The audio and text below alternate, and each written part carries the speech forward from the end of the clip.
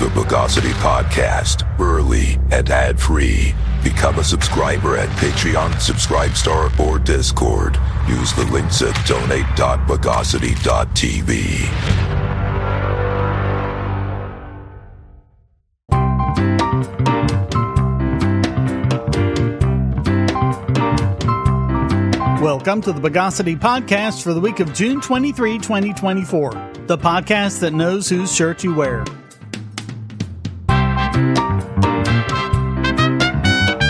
This is your host, Shane Killian. First, the wife and I are going on vacation and will be gone over the next 2 weekends, and so the podcast will return after that. Now let's polymerize the news of the bogus. Let's review. Donald Trump decided to run for re-election in 2024. The left pretty much immediately began indicting him on 8 million charges and about 5,000 cases. Throughout that time, they were insisting that this had nothing to do with the election and that anyone who said they were just doing this for an election talking point were horrible conspiracy theorists. Then, as attempts to get the cases done in record time began to falter, they started saying the quiet part out loud, bemoaning the fact that we might not get any verdicts before the election. Then, the old zombie case about Trump paying hush money to a porn star, which had been rejected by 3 previous prosecutors, was suddenly revived and rushed through to conviction in record time. Check the archives for our coverage of how corrupt this was and the probably hundreds of grounds for appeal Trump has. But those appeals likely won't go through before the election, so the campaign cry now is that Trump's a convicted criminal and only horrible criminally minded people would vote for him. In other words, exactly what they denied it was about at the start of it all. And if you want to know exactly what's wrong with that, hear it from Alan Dershowitz himself. As I predicted, the Democrats are using the conviction in New York to try to win the election, to try to persuade independent voters. They just started a $50 million ad campaign. Have you seen the ad? The ad has one focus. He's a convicted felon. 34 counts of conviction in New York. Not a word about the fact that we don't know what the crime is, that the conviction was utterly unjustified and invalid, and may very well be reversed on appeal. But no, you can't vote for a convicted felon. Well, let me tell you, I haven't decided who I'm going to vote for, but I have decided one thing. I will not take into account the fact that he was unlawfully, improperly, in my view, unconstitutionally convicted of a crime that didn't occur and that doesn't exist. No, I won't buy that bait. And the fact that the Democrats are spending millions of dollars promoting this conviction just proves what I've gone on to say right from the beginning and what the Bar Association tells me I can't say. This was a political persecution. This trial is a sham. They, in fact, use the word sham. They said you can't use the word sham. I'm using the word sham. This trial was a sham. This trial was politically motivated. The goal of this trial was to get an ad on television saying he's been convicted. When Bragg decided, after his predecessors decided not to prosecute for this crime, after the FEC decided not to prosecute, after the U.S. Attorney decided not to prosecute, and after he himself decided not to prosecute for this crime until he got pressure. I'm not saying that he made the decision expressly to get the ad on television. I am saying that he did it expressly to impact the election. There was no other reason. It's not a crime. It's not a real crime. Nobody in history has ever been prosecuted for failing to disclose a non-disclosure agreement. Why would anybody ever sign a non-disclosure agreement if they were then subject to criminal punishment if they didn't disclose what they paid not to disclose? Because imagine the situation if this conviction becomes the basis for the election and Trump loses the election in a close vote. And polls show that the reason he lost the election is that many independent voters took into account the conviction. And then the conviction gets reversed by a higher court. Where did the American public go to get their votes counted? Don't you think that some judges will be influenced and say, look, if we reverse this conviction, oh my God, what this is going to do to Americans' trust in the election, even though we don't think this conviction is valid, wouldn't it be better if we actually affirm the conviction, thereby denying Trump and his supporters the argument that the conviction was reversed and therefore the election is invalid? I want to complain again about New York Court of Appeals. They said there was no constitutional issue. No constitutional issue when you have prior restraint against the man running for president, prohibiting him from complaining about the judge's daughter, law clerks, witnesses, jurors. He's entitled to that. And more importantly, we're entitled to that. We're entitled to hear his points of view on that. So judges, who are generally both institutionalists and cowards, are going to just destroy the Constitution in order to stop the people losing faith in our sham elections. And I just have to play this next part because he went after something we attacked on this podcast long ago with pundits and so-called experts, including the Dean of Harvard College, saying the Trump gag order is allowed because survey says you can't shout fire in a crowded theater. Shouting fire in the theater is one of the dumbest and most inept and inapt statements about freedom of speech. It's done more damage to freedom of speech than practically anybody or anything. And please, when you ever hear shouting fire in the theater, ignore it. It has nothing to do with free speech. Once again, that was the Schenck decision. All of that was overturned by Brandenburg, and the Brandenburg standard is that the speech must be, quote, directed to indicting or producing imminent lawless action and is likely to incite or produce such action. And if you want to know another reason why I like Dersh, just listen to this part. And, I'd love to see Donald Trump violate the gag order in the middle of the debate and say, look, I'm now in front of millions of people. I know there's a gag order here, but I'm entitled as a matter of constitutional law to tell you that I think the judge was influenced by his daughter. You can accept it or reject it, but I'm entitled to tell you that. It would be interesting to see what would happen if he did that, whether he'd be held in violation of the gag order if he told millions of people during the debate that he has a constitutional right to talk about the judge's daughter. I mean, if Biden can talk about the case in the campaign against Trump, is it not absolute and complete insanity to say that Trump can't talk about it as well? If you're a defendant, the only way you have to protect yourself and your reputation in the eyes of the public is your freedom of speech.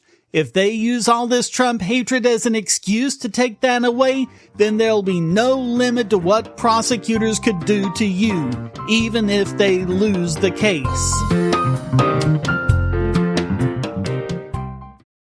If you're looking for a way to support this channel, but you don't have any spare cash and you can't stand ads, you can do so by generating your own cryptocurrency. Use the links at the bottom of the description to follow the link to Odyssey.com to listen to the podcast and see all of my YouTube videos as well. Just watching videos will produce cryptocurrency for the creator and yourself. And since Odyssey is always monetized and never censored, you'll have no problem seeing all the videos from your favorite creators.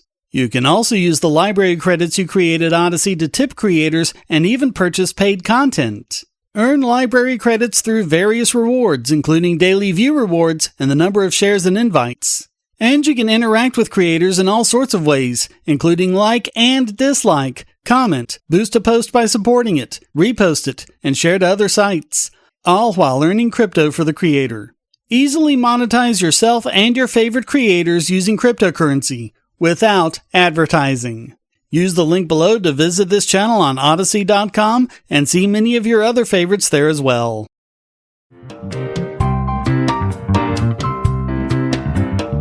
A while back, while we were covering the antics of Judge Arthur Engoron in the Trump civil fraud trial, we talked about a New York real estate lawyer, Adam Lightman Bailey, who approached Judge Engoron and talked to him about the case. He said, quote, I saw him in the corner and I told my client, I need to go.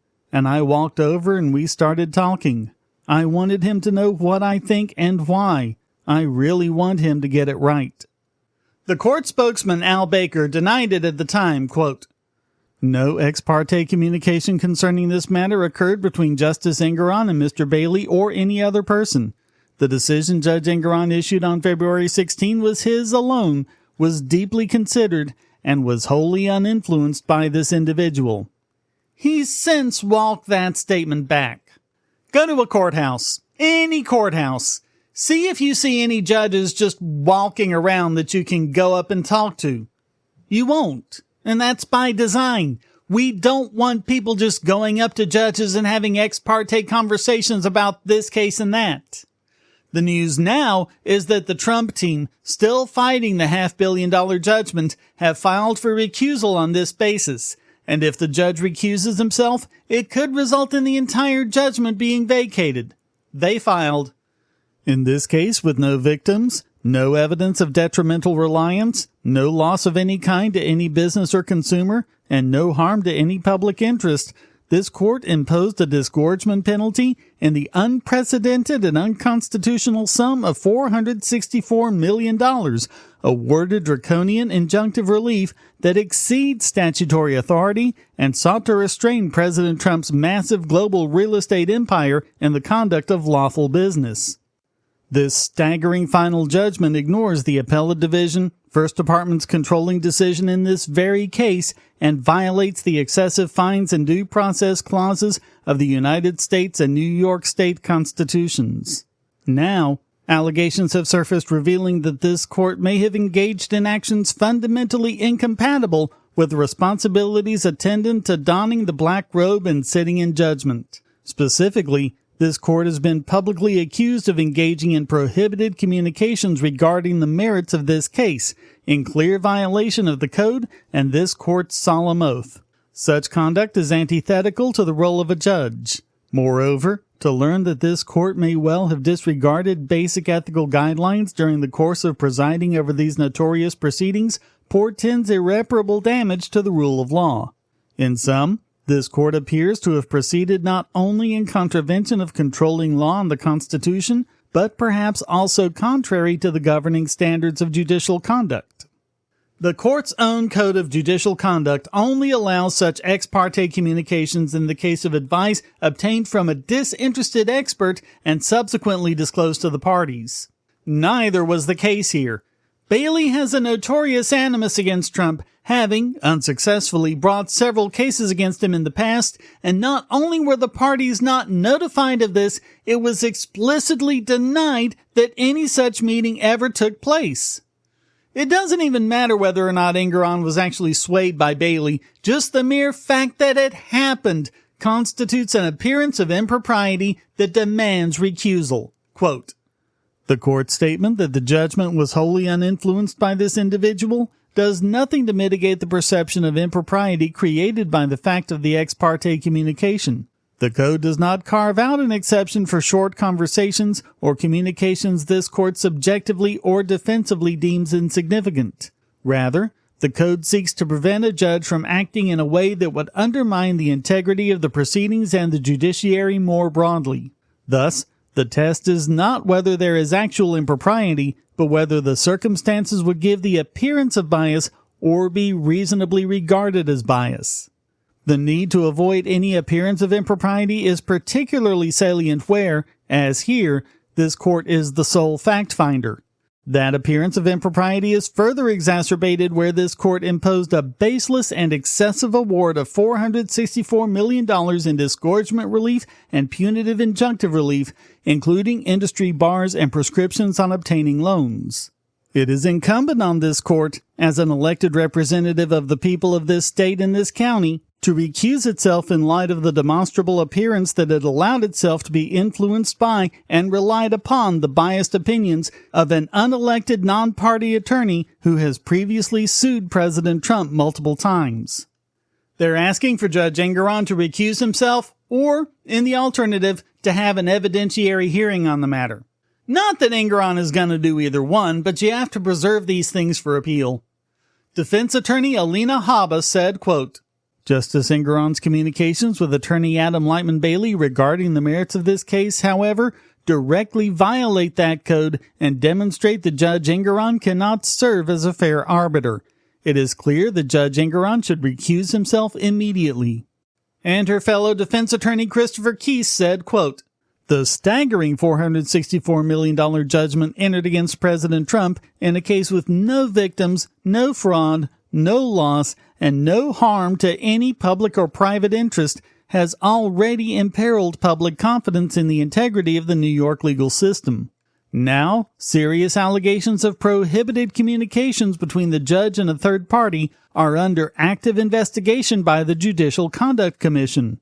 Thus, the court has proceeded not only in contravention of controlling law and the Constitution, but perhaps also contrary to the governing standards of judicial conduct. You can live in freedom and safety, or you can live in a system of lawfare. If you have the latter, the former is impossible. Going back to the days of the Star Chamber would mean destroying what's left of the Bill of Rights.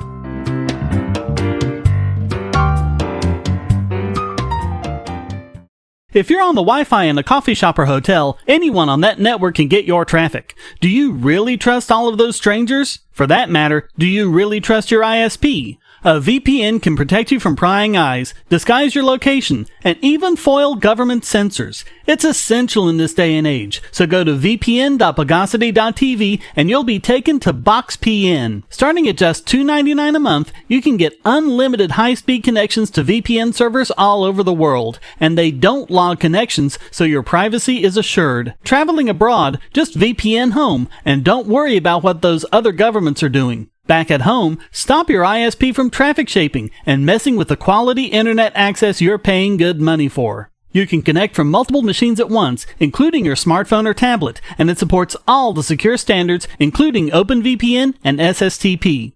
Bypass censors and surveillance with your own secure VPN connection. Go to vpn.bogosity.tv.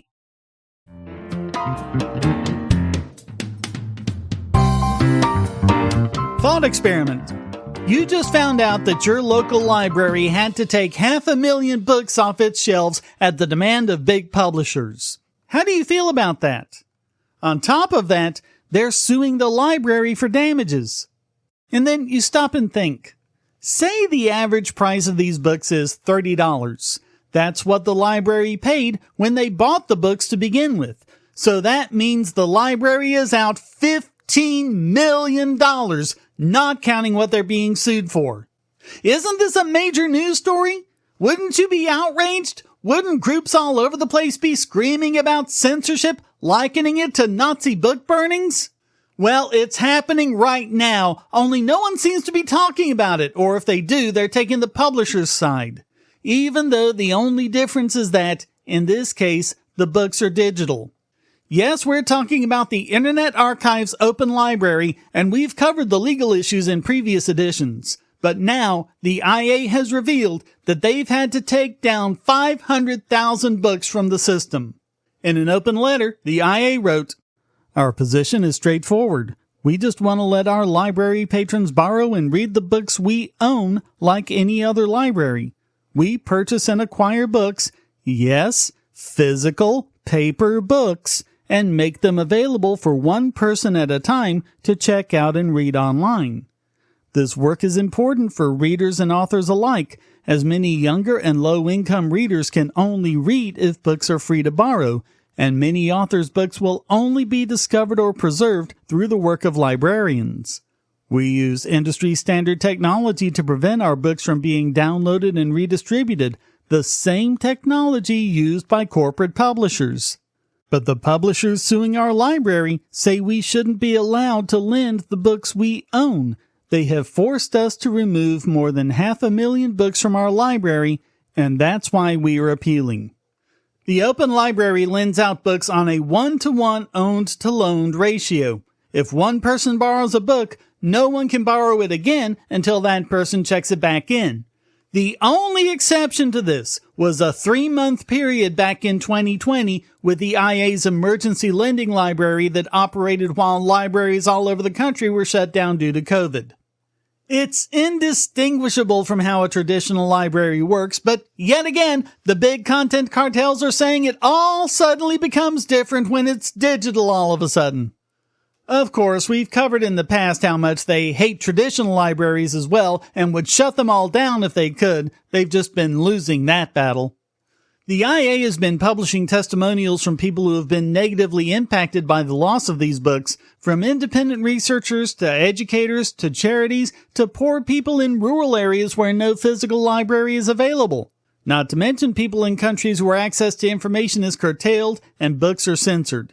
Quote, "We envision a world in which Wikipedians can verify facts by following citations to information contained only in our printed history, where libraries can serve their communities online with collections financed through public investment, and above all, where library patrons are free to read without fear of corporate or government surveillance."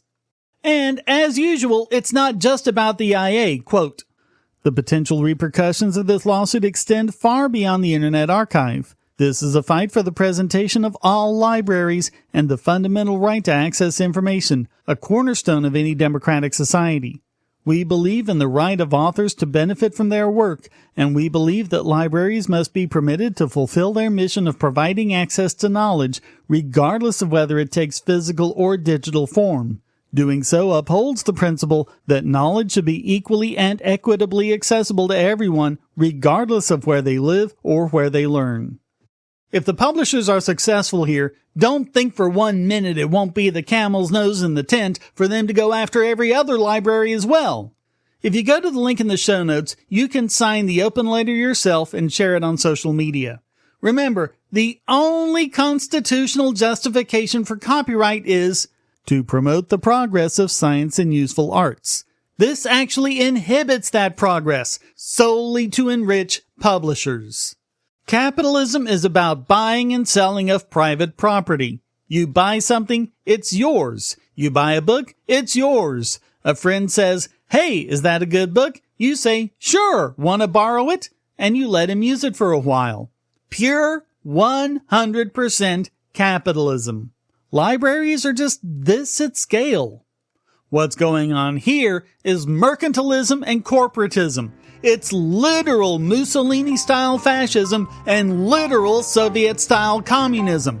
And it's exactly what our founders fought a war to oppose.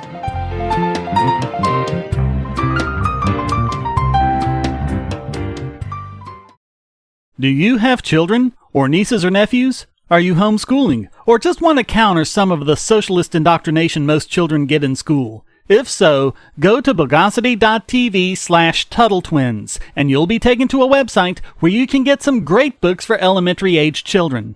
The Tuttle Twins books are books about liberty and free market economics that include children's versions of Bastiat's The Law, Leonard Read's I, Pencil, and Hayek's The Road to Serfdom, as well as books about the Federal Reserve and how regulations protect business cronies. They'll learn about the harm caused by eminent domain, or regulations passed in the name of safety, and fundamental concepts of liberty. And as you can see from the sample pages on the website, they're all easy to read and nicely illustrated. They're just $9.99 a piece, or get a special discount as well as free bonuses when you purchase all 5. You can even buy in bulk to donate to schools and local libraries. So get the Tuttle Twins books at bogosity.tv/TuttleTwins.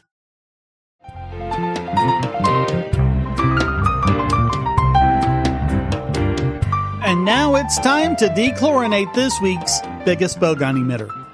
And this week it goes to the state of Louisiana, which just passed a law requiring all public school classrooms to display the 10 Commandments.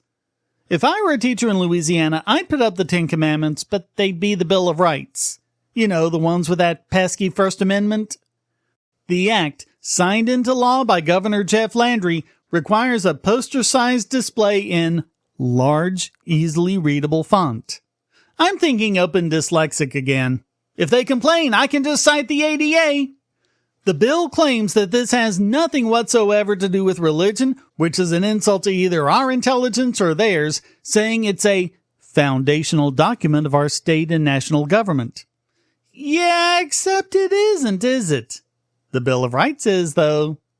The American Civil Liberties Union, its Louisiana chapter, Americans United for Separation of Church and State, the Freedom from Religion Foundation, Our Lady of Fatima Catholic School, and several others have already announced a lawsuit.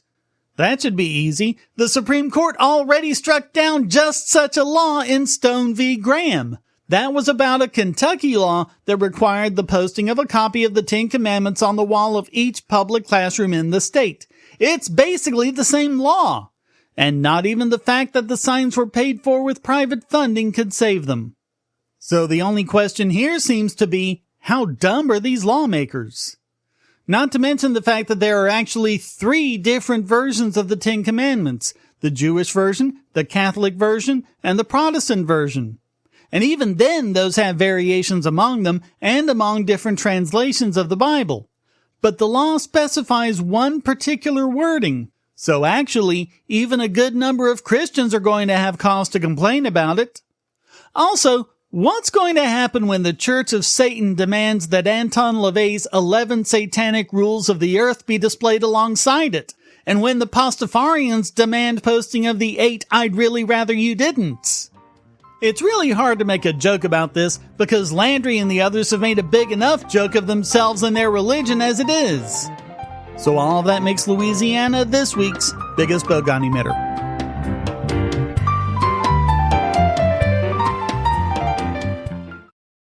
I want to tell you about the eyeglasses I've been wearing for years. As people can see on my videos, I have a very strong prescription, which makes glasses more expensive, especially when I need computer glasses, reading glasses, prescription sunglasses, and most expensively, progressive lenses for general everyday wear.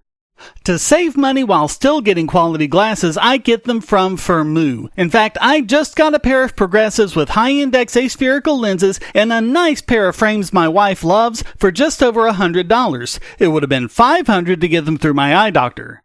Not only do they look good, the glasses are durable. I've worn many pairs for several years without problems. All orders come with a 30-day return policy, a 3-month warranty, and one-on-one customer service.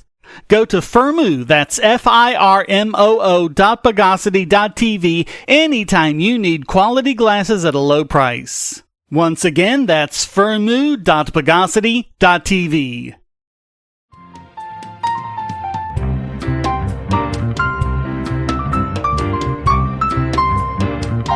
And now let's mistabulate this week's Idiot Extraordinaire. And this week it goes to Newsweek, and they're far from the only ones, but they're the most prominent. So we all know that Joe Biden isn't all there mentally. It's been going on for a while, and it's just been getting worse and worse.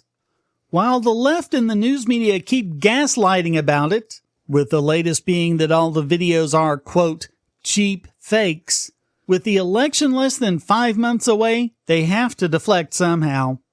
So they've been trying to say that it's Trump's mind that's going instead, and the latest, spurred on by big Newsweek headline, is that he's waving to nobody.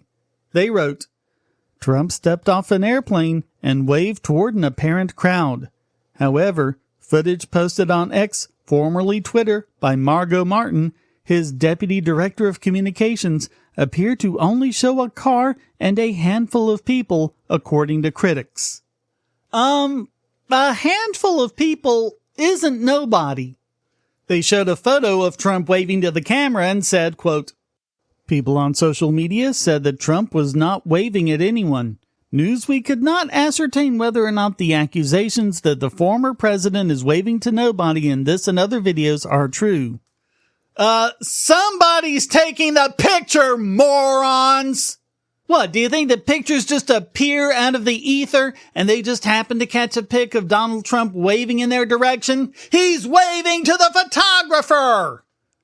They linked to another video posted by Ron Filipkowski of Midas Touch, supposedly of Trump getting off of Air Force One and waving even though there's nobody on the tarmac.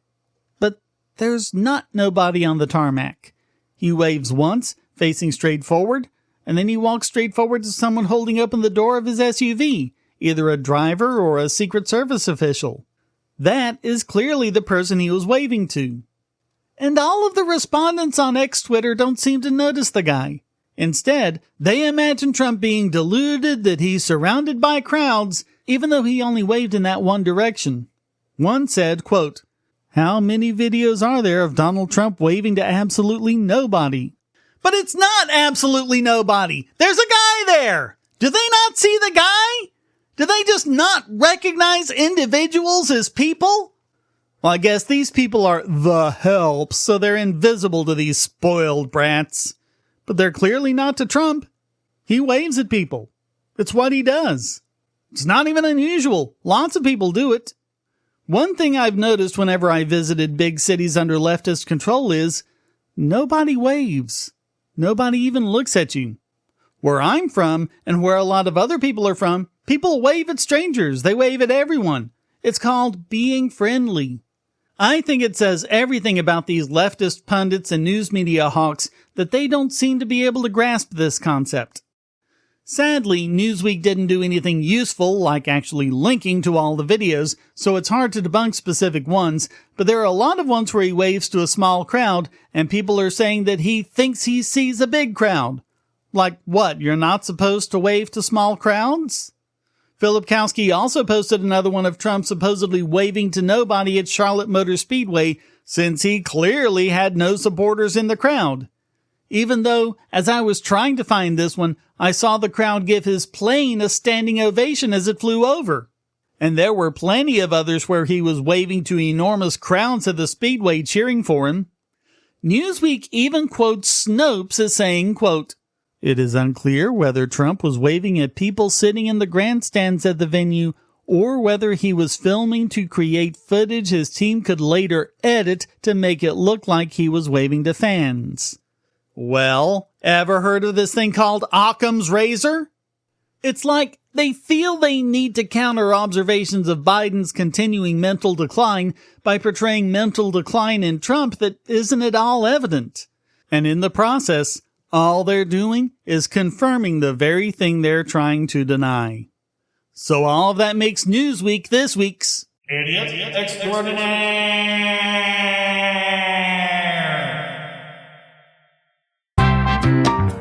Well, that wraps up this You Call That Evidence? You Couldn't Hang a Hat on That edition of the Bogosity podcast. I hope you enjoyed it. If you did, please go to donate.bogosity.tv for several ways to support and discord.bogosity.tv to join the discussion. Subscribe at the Discord or at Patreon or Subscribestar, and you can listen early and ad-free. Thank you for listening. Remember, no podcast for the next 2 weeks. So until we return, here's a quote from H.L. Mencken. "Once more, alas, I find myself unable to follow the best liberal thought, that a man engaged in combat with superstition should be very polite to superstition. This, I fear, is nonsense. The way to deal with superstition is not to be polite to it, but to tackle it with all arms, and so rout it, cripple it, and make it forever infamous and ridiculous." The Bogosity podcast is licensed under Creative Commons Attribution, Non-Commercial, No Derivatives 4.0 International License.